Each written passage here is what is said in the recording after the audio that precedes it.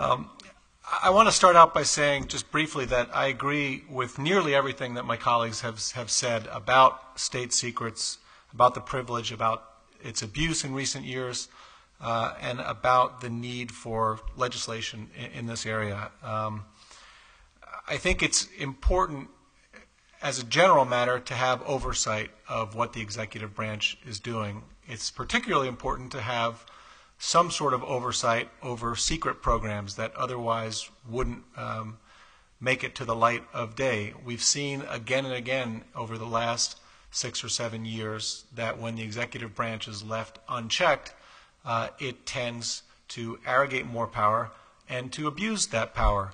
We've seen it in the so-called war on terror. We've seen it in various aspects of the war in Iraq.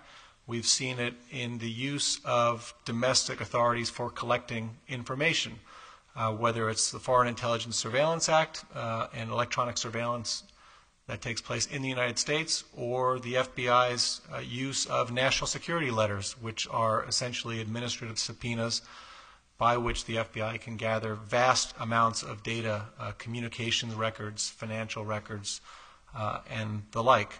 And so without effective oversight, it's natural, really, for the executive branch to try to use its power to the fullest extent and ultimately go across the legal line, the line of propriety.